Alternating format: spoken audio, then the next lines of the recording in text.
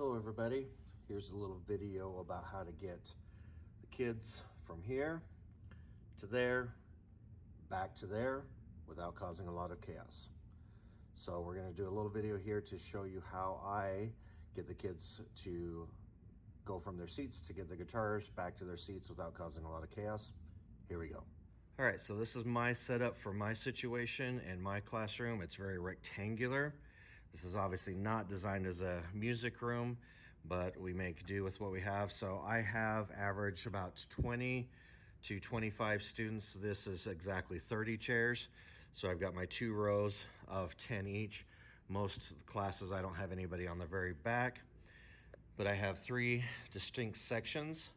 I think this is one of the first things to, again, having kids get the guitars out in this case is having distinct sections. Now, if you don't have the opportunity to have a full, big spaces between, if these chairs were all kind of put together, then I would definitely maybe do things a little bit different. And again, your setup may have to require you to do something a little bit different, but the idea is I think it's important to have distinct sections, even if they're not clearly marked, that everybody knows what section they're in.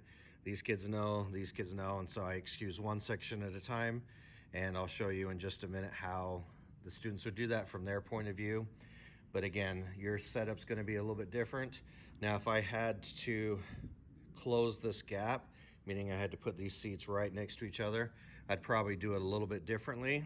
So the idea is not necessarily doing exactly what I've been doing, but giving you some ideas from here. But the idea is they're going to come up from their seat, they're going to come around here, grab their guitar, go back, and the idea is make a single line, go in a circle. And that may seem very elementary-ish, but again, even here in high school, they understand the importance of keeping things nice and orderly, and they do fine with it. Good to see how this is done in real life action. I'm not going to put my students on camera on the internet, so we'll just get a best thing that we can do here with myself. So here's what the student's point of view would look like here. I'm a couple rows into those columns that you saw on the here on the left side of the room. The guitar rack would be just over there. So I'd be at the front of the room, and again, I excuse them kind of one column at a time. And I encourage them to go in single file line. Again, I've got 2 people in front of me, maybe a couple of people in back. We just kind of take our time, make sure that we're not rushing. Single file line, if they kind of move a little bit out of place, they don't have to stay in the exact order of their seats and whatnot, but try and encourage them to stay in a single file line. They come over to their rack. They've been a guitar number has been assigned to them. They're going to go back to the room, and then depending on which column they sit on or which aisle, they're going to come back to here. And in this case, I would walk back to my seat here, and probably the first 2 people have done in front of me. That's okay if they're not, but again, they could come past me if they needed to and go from here. And then I sit with the guitar upright between my legs. I don't immediately have them set it on the floor. Well, let's take a look at that in the next clip. And at this point, everybody will be sitting down with the guitar up between their legs, and as soon as I'm ready to get started from there, I'll ask them to go ahead and put the guitars on their laps.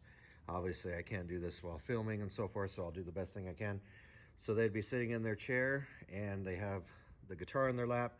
Once that's done, I have them put the guitar case upright so that I still have a little bit of room to walk in between here.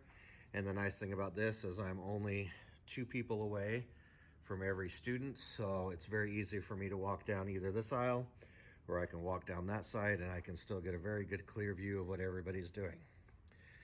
So I have them go ahead and take it out, put it on their lap, and then again, they don't have to latch all of them, but I have them latch at least one so the lid doesn't fall open.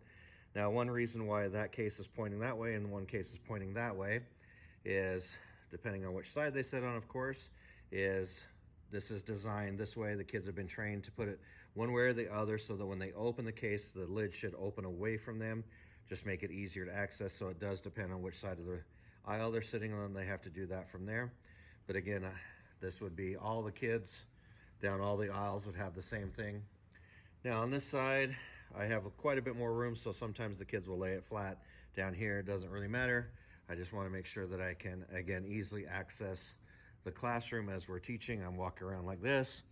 I can walk around, they would have their cases here. But again, in this situation, I'm really close. I can walk around and I'm never too far away from any particular student. And lastly, I just thought I would throw this in, even though they've already gotten the guitars out. If a student needs to go to the restroom during class, this is what I have them do. I'll have them take it from the vertical, just lay it down real quick, put the guitar on top. I don't have them necessarily put it back in the case. It's just a lot of extra handling of the guitar that doesn't need to be. I know it'd be a little bit safer, but encourage them as they obviously walking out towards the end of the room and out to the door that they be a little bit careful with that.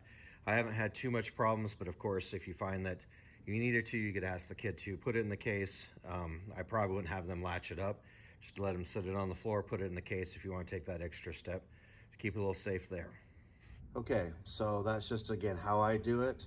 This could work for, again, guitar class, other instrument class. Depending on your setup, it could be a little bit different, but hopefully this is something that you found useful, at least to give you some ideas of how you can do it for your own classroom. Have a good day.